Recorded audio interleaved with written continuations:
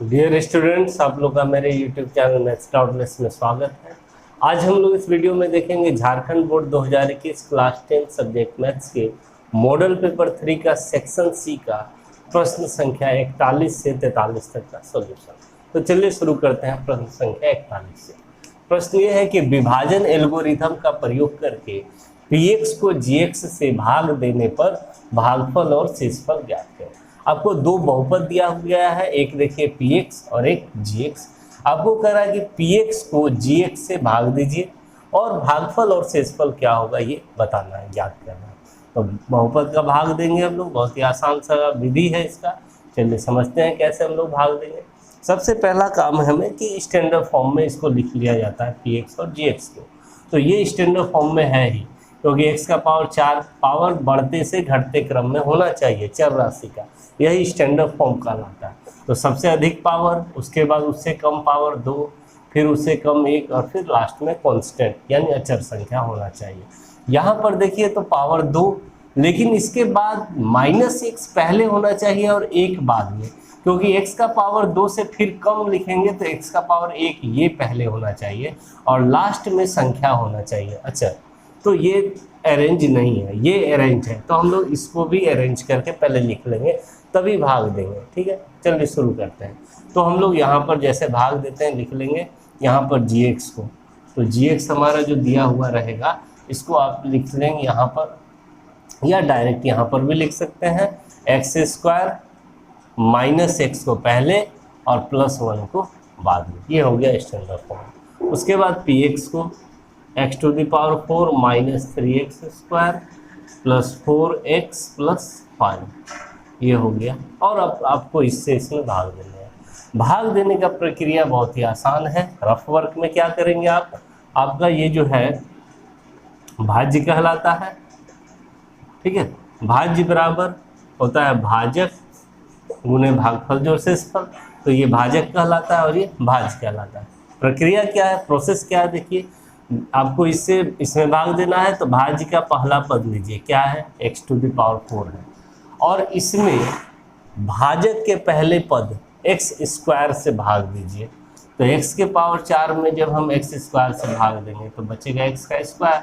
ठीक है, तो x² जो बचा ये यहाँ पर लिखा जाएगा x²। अब x² से यहाँ जितना भी टर्म होता है सबको मल्टीप्लाई गुना करके यहाँ लिखा जाता है। तो x² गुना x², x का पावर 4 हो जाएगा। फिर -x को करेंगे x² से तो -x³ हो जाएगा, तो -x³ लिख लेते हैं। फिर 1 को +1 को x² से करेंगे तो +x²। अब भाग देने की प्रक्रिया में घटाया जाता है, यानी जिसका चिन्ह प्लस है उसको माइनस, यहाँ भी माइनस है तो इसको प्लस कर देंगे हम लोग, ये प्लस है तो इसको माइनस। यानी अब ऊपर वाला चिन्ह आपको ध्यान में नहीं रखना, अब नीचे वाला चिन्ह समझना ये हो गया। तो x का पावर 4 प्लस में है और ये माइनस में, ये कैंसिल हो जाएगा। अब आपको पावर को फिर से अरेंज करके ही लिखना है, सबसे ज़्यादा पावर वाला पहले, फिर उससे कम, फिर उससे कम। तो यहाँ पर ऊपर में -3x² है, नीचे यहाँ पर -x² है, ये दोनों आपस में ऐड हो जाएगा। लेकिन यहाँ पर +x³ जो बच गया ऊपर में नहीं है तो ये उतार देंगे यहाँ पर। तो x³ को पहले लिखेंगे क्योंकि इसका पावर ज़्यादा है। अब यहाँ पर माइनस है 3x² और ये भी है माइनस में x², दोनों का चिन्ह समान है तो जुड़ जाता है, और जोड़ के कितना हो जाएगा तो -4x² हो जाएगा। फिर बच गया हमारे पास यहाँ +4x और +5। अब फिर से इसका पहला पद जो आया x³, इसमें भाजक का जो पहला पद था x², इससे भाग देंगे। तो x³ में x² से भाग देंगे तो बचेगा x, तो +x यहाँ पर हम लोग लिख लेंगे और x से अब तीनों को गुना करके यहाँ लिखेंगे। तो x² गुना x, x का क्यूब, -x गुना +x, -x² +1 गुना x +x। अब चिन्ह फिर बदलेंगे, इसका चिन्ह कुछ प्लस है तो ये हो जाएगा माइनस, ये माइनस में है ये हो जाएगा प्लस, ये प्लस में है ये हो जाएगा माइनस। अब ये दोनों कैंसिल हो गया, यहाँ -4x² है और यहाँ +x², दोनों का चिन्ह विपरीत है, एक प्लस में एक माइनस में, तो घटेगा और घटने के बाद चिन्ह बचेगा जो ज़्यादा है माइनस 4x स्क्वायर ज़्यादा है तो माइनस बच जाएगा 3x स्क्वायर। यहाँ पर देखिए प्लस 4x है, यहाँ माइनस x है, दोनों का चिन्ह फिर विपरीत है, घटेगा 4x में x को घटा देंगे तो प्लस 3x बच जाएगा, प्लस 5 को यहाँ उतार देंगे। अब फिर से इसका पहला पद माइनस 3x स्क्वायर लेंगे और इसमें भाग देंगे हम लोग भाजक का पहला पद x स्क्वायर से, तो बच गया -3 कटने के बाद, तो -3 यहाँ पर लिखेंगे अब हम लोग, और -3 से तीनों को गुना करके यहाँ, तो x square into -3 -3x square, -x into -3 minus minus plus 3x, और 1 को -3 से तो -3, फिर चिन्ह बदलेंगे, ये माइनस में है तो प्लस में, ये प्लस में है तो माइनस में, ये माइनस में है तो प्लस में, ये दोनों कैंसिल, ये भी प्लस माइनस में कैंसिल, 5 भी प्लस में 3 भी प्लस में जुड़ के 8 हो जाएगा। अब हम लोग रुक जाएंगे भाग की प्रक्रिया में, क्यों? क्योंकि हम देखते हैं जो हमारा बच रहा है यहाँ पर शेषफल, उसका घात भाजक के घात से कम हो जाता है, तो भाग देने की प्रक्रिया को हम लोग रोक देते हैं। तो यहाँ पर 8 आ गया, इसका घात कम हो गया इसके घात से, यहाँ तो घात 2 है और इसका तो 0 हो गया, इसीलिए रुक जाएंगे अब घात। अब हम लोग तब फाइनल लिख देंगे कि अतः भागफल बराबर x square plus x minus 3 तथा शेषफल बराबर 8, यही आपका आंसर हो गया। प्रश्न 41 के अथवा में भी एक प्रश्न दिया गया है, तो हम लोग इसे भी देखते हैं क्या है। सिद्ध करें कि √3 अपरिमेय संख्या है। आपको सिद्ध करना है कि √3 एक अपरिमेय संख्या है। देखिए ऐसा सवाल आपको एग्जाम में पूछा जा सकता है, और बहुत सारा सवाल है ऐसा जिसका सारे का प्रोसेस एक ही है। अगर आप एक सवाल को अच्छे समझ लेते हैं तो सारा सवाल आपका बन जाएगा। कौन कौन सा सवाल? जैसे √2 पूछा, √3 पूछा, √5 पूछा, तो ये 3 सवाल में से जनरली कोई एक सवाल पूछा जाता है। तो अगर आप किसी एक को कर ले, √3 को ही समझ ले, तो √2 और √5 आसानी से बन जाएगा। ठीक है, समझते हैं तब कैसे हम लोग इसको बनाएंगे। यहाँ पर अपरिमेय सिद्ध करना है, और हमें सबसे पहले मान के चलना होता है इसकी परिमेय संख्या, और लास्ट में हम खुद ही बोलेंगे कि हमारा मानना गलत है, यह विरोधाभास है, तब फिर से बोल देते हैं कि यह अपरिमेय संख्या है। तो कैसे करते हैं, चलिए शुरू करते हैं हम लोग। यहाँ पर हम लोग सबसे पहले जो √3 को अपरिमेय संख्या सिद्ध करना उसको परिमेय मानेंगे। तो माना कि √3 एक परिमेय संख्या है, मान लिए हम लोग। अब हम लोग जानते हैं कि किसी भी परिमेय संख्या का रूप कैसा होता है, p/q के रूप में होता है, लिख सकते हैं हम लोग। तो हम लोग इसे भी लिख लेंगे कि अतः √3 = a/b, और बोलेंगे साथ में कि जहाँ a और b सह अभाज्य है। सह-अभाज्य होने का मतलब कि a और b में एक के अलावा और कोई भी उभयनिष्ठ गुणनखंड और भी कोई कॉमन फैक्टर नहीं है, ये मान के ही चलते हैं। और लास्ट में हम यही दिखाएंगे कि a और b में कोई एक और भी उभयनिष्ठ गुणनखंड आ गया जिसके कारण यह सह-अभाज्य नहीं रहता, वहीं से कहते हैं कि हमारा मानना गलत हो गया। ये आ गया। अब हमें क्या करना है, अब देखिए हमें करना है कि b को इधर ले आइए, तो b इधर भाग में इधर गुना में आ जाएगा, तो हो जाएगा √3 या b√3 = दोनों तरफ वर्ग कर दीजिए, दोनों तरफ वर्ग करने पर जब वर्ग करेंगे तो b√3 का भी वर्ग हो जाएगा इधर, और a का भी वर्ग। तो b√3 का वर्ग होने का मतलब क्या कि b√3 को b√3 से गुना करेंगे, तो b गुना b b² और √3 गुना √3 गुना 3, और इसको लिखेंगे हम लोग 3b का स्क्वायर। तो ये हो गया 3b² = a²। इसका मतलब अब क्या, देखिए हम लोग ये बोल सकते हैं कि b² बराबर a² / 3, क्योंकि 3 इधर गुना में इधर आ गया तो भाग में। ये चीज़ आने का क्या मतलब, ये आने का मतलब देखिए हम लोग बोल सकते हैं कि 3a² को विभाजित करता है। कैसे, देखिए a² के नीचे में है, बटे में है 3, और जब इसको हम लोग ऐसा रहेगा तो कहेंगे कि भाग लग रहा है 3 से a² में, और इधर वाला संख्या उसका भागफल है। जैसे कि अगर 6 में हम 3 से भाग देंगे तो इधर क्या लिखेंगे, 2 लिखेंगे कि नहीं, 6 से 3 में भाग दिए, 3 दूना 6, 2 हुआ भागफल। उसी तरह का चीज़ इसको भी आप समझिए कि ये 6 की जगह पे a² है, 3 है, और 2 इधर ना होके इधर लिखा हुआ है, तो 6/3 बराबर 2। तो हम लोग बोल सकते हैं ना कि 3 6 को विभाजित करता है, तो उसी तरह से बोलेंगे 3a² को विभाजित करता है, तो लिखेंगे 3a² को विभाजित करता है। अब एक और प्रमेय है अंकगणित का आधारभूत प्रमेय, वो कहता है क्या, देखिए कोई एक अभाज्य संख्या अगर किसी पूर्णांक के वर्ग को विभाजित करता है तो वह अभाज्य संख्या उस संख्या को भी विभाजित करेगा। जैसे 2 एक अभाज्य संख्या है, तो 2 अगर 4 के स्क्वायर को विभाजित करता है, 4 का स्क्वायर का मतलब 16, 16 को 2 विभाजित किया 8 बार में, तो 2 4 को भी विभाजित करेगा, कर रहा है कि नहीं, 2 से 2 बार में कट गया। यही है अंकगणित का आधारभूत प्रमेय कि कोई अभाज्य संख्या अगर किसी पूर्णांक के वर्ग को विभाजित करता है तो वो उस संख्या को भी विभाजित करेगा। तो 3 अभाज्य संख्या है, तो 3 अगर a के वर्ग को विभाजित करता है तो 3a को भी विभाजित करेगा। तो लिखेंगे कि 3a को विभाजित करेगा, ठीक है, 3a को विभाजित करेगा। ये रिजल्ट निकाल के रख लिए हम लोग। और यहाँ पर जो आया था 3b² = a², इसको भी आप समीकरण 1 करके रख लीजिए। अब फिर आगे क्या करने वाले हैं, देखिए अगर 3a को विभाजित कर रहा है, इसका क्या मतलब, इसका मतलब कि a में 3 से भाग देंगे तो कुछ भागफल आएगा। तो मान लेते हैं कि a/3 बराबर c, a में 3 से भाग दे रहे हैं तो भागफल c आ रहा है।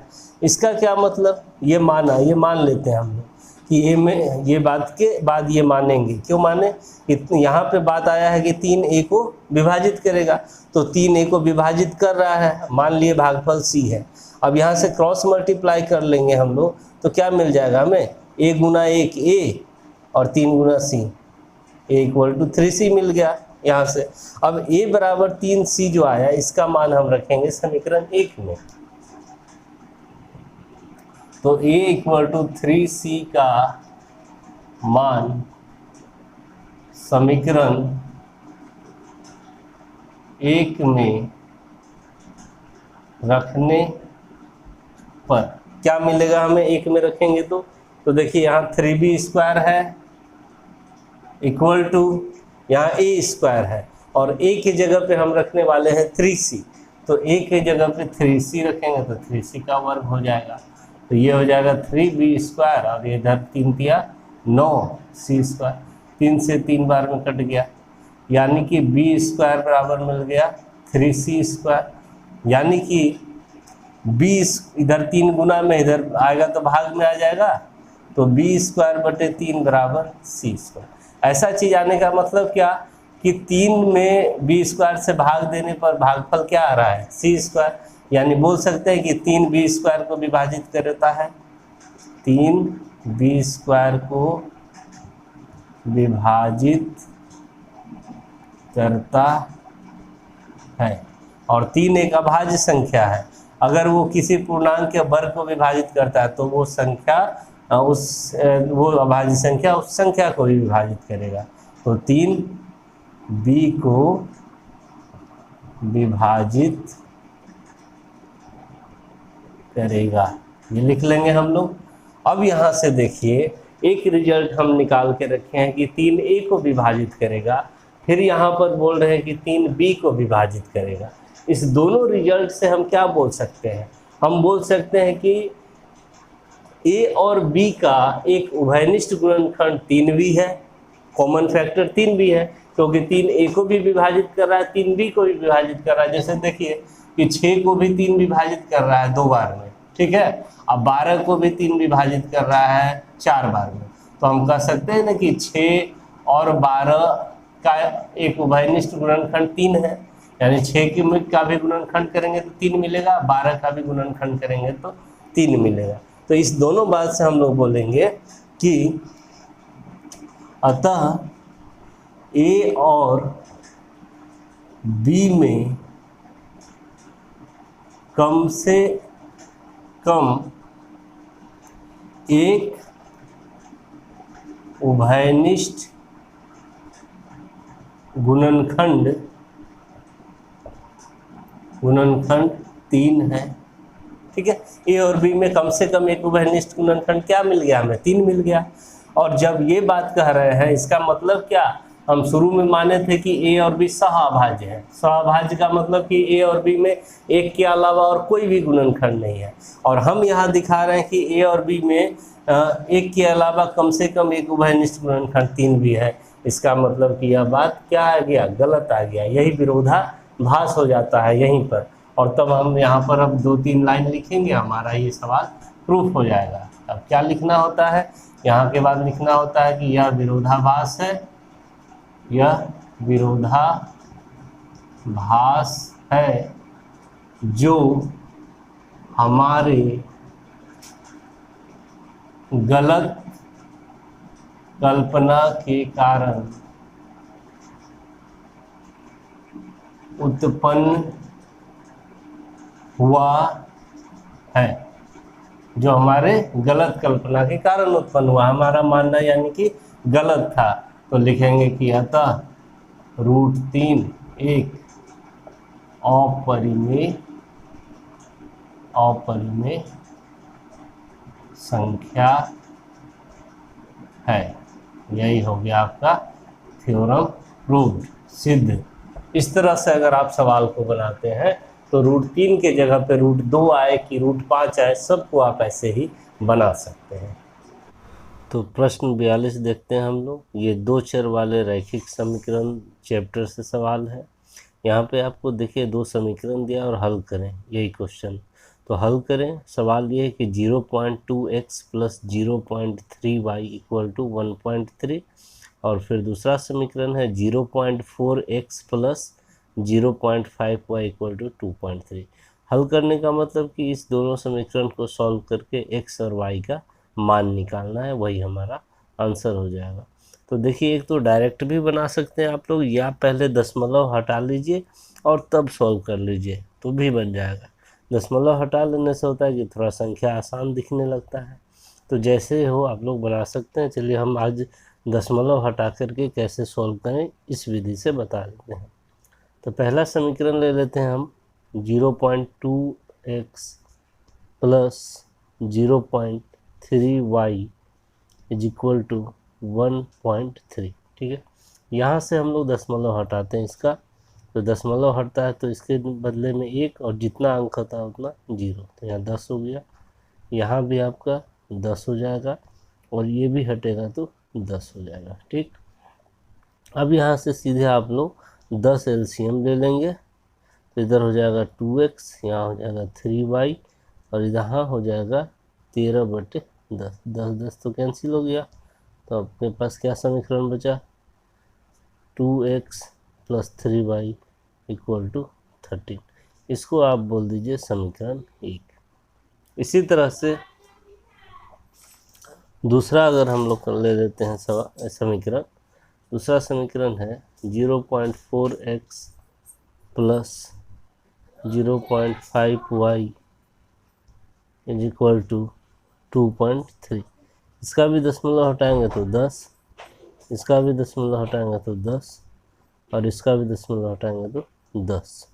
यहाँ से 10 हो गया, फिर से एलसीएम, यहाँ 4x + 5y = 23/10, 10 कैंसिल हो गया। आपके पास समीकरण बच गया 4x + 5y = 23। ये हो गया आपका समीकरण 2।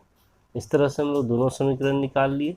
अब आपको समीकरण 1 और 2 को सॉल्व करना है, तो हम लोग लिख लेते हैं। यहाँ पर देखिए, समीकरण 1 तथा 2 से, समीकरण 1 तथा 2 से समीकरण 1 को लिख लीजिए 2x + 3y = 13। समीकरण 2 को भी लिख लीजिए इसके नीचे 4x + 5y = 23। अब यहाँ पर आपको दोनों समीकरण में से अगर आपको x को कैंसिल करना है तो x के गुणांक को एक जैसा बनाना होता है, बराबर इक्वल करना होता है। y को कैंसिल करना है तो y के गुणांक को बराबर करना होता है। x के गुणांक को अगर बराबर करना है तो पहले समीकरण को आप 2 से गुना कर सकते हैं और दूसरे को 1 से, तो ये 2 दूना 4 होकर बराबर हो जाएगा। फिर आप सॉल्व कर सकते हैं। वही कर लेते हैं हम लोग, पहले समीकरण को 2 से और दूसरे समीकरण को 1 से गुना कर लेते हैं। ठीक, और इसे अब देखिए क्या लिखेंगे हम लोग। तो 2 दूना 4x + 3 दूना 6y बराबर 13 दूना 26। और दूसरा को 1 से करेंगे तो वही रहेगा 4x + 5y = 23। अब यहाँ लिख देंगे हम लोग घटाने पर। क्यों घटाने पर? क्योंकि चिन्ह बदलेगा तभी कैंसिल होगा, क्योंकि अभी दोनों का चिन्ह प्लस में है 4x का, तो हम लोग चिन्ह बदलेंगे घटाने पर लिख के। ये माइनस, ये भी माइनस हो जाएगा, ये भी माइनस, ये कैंसिल। 6y में 5y घट जाएगा तो y, और 26 में 23 तो बच गया 23, 3। y का मान निकल गया आपका 3। अब y का मान या तो आप समीकरण 1 में रखिए या 2 में रखिए, आपका x का मान निकल जाएगा। तो y बराबर 3 समीकरण 1 में रखने पर रख देते हैं हम लोग। समीकरण 1 आपका वहाँ पर देखिए 2x + 3y = 13 है, उसी में को ले लेते हैं हम लोग 2x + 3y = 13। अब यहाँ पर आपको जहाँ y है वहाँ 3 रख के x का मान निकालना है। तो 2x + 3 × y की जगह पे 3 रख दीजिए, = 13 हो गया। तो 2x + 9 = 13, यहाँ से 2x = 13, ये प्लस में है 9 इधर आया माइनस में, तो 2x = 4, तो x = 4/2, 2 से कैंसिल 2 टाइम्स, तो x का वैल्यू 2 और y 3 आया है। आप लोग फाइनल अब एक जगह लिख देंगे, देयरफॉर x = 2 एंड y = 3। ये आपका आंसर हो गया। तो प्रश्न 43 ये है कि किसी एपी का प्रथम पद 5, अंतिम पद 45 और योग 400 है, पदों की संख्या और सार्वंतर ज्ञात कीजिए। यह सवाल समांतर श्रेणी के चैप्टर से है। यहाँ पर आपको समांतर श्रेणी का प्रथम पद मतलब a बराबर 5 दे दिया। अंतिम पद को हम लोग l से सूचित करते हैं या an से भी सूचित करते हैं, क्योंकि अगर पदों की संख्या n है तो an जो होगा वही अंतिम पद होगा। तो अंतिम पद 45 यानी l या an 45, और योग पदों का योग को हम लोग SN से सूचित करते हैं, तो SN आपको 400 दिया है। ये 3 चीज़ें दी हुई है। आपको पदों की संख्या और सार्वंतर बताना है। पदों की संख्या मतलब n मान लेंगे, n का मान निकाल देंगे, और सार्वंतर d मान लेंगे और d का मान निकाल देंगे हम लोग सॉल्यूशन में। तो सबसे पहले जो दिया है उसको लिख लेते हैं। प्रथम पद 5 दिया है यानी a बराबर 5 दे दिया। अंतिम पद 45 यानी कि l बराबर या an बराबर, दोनों बात कर सकते हैं, ये आपका 45 हो गया। और योग का मतलब SN आपको दे दिया 400। ये 3 चीज़ आपको दिया है। पदों की संख्या और सार्वंतर मान लीजिए। माना कि पदों की संख्या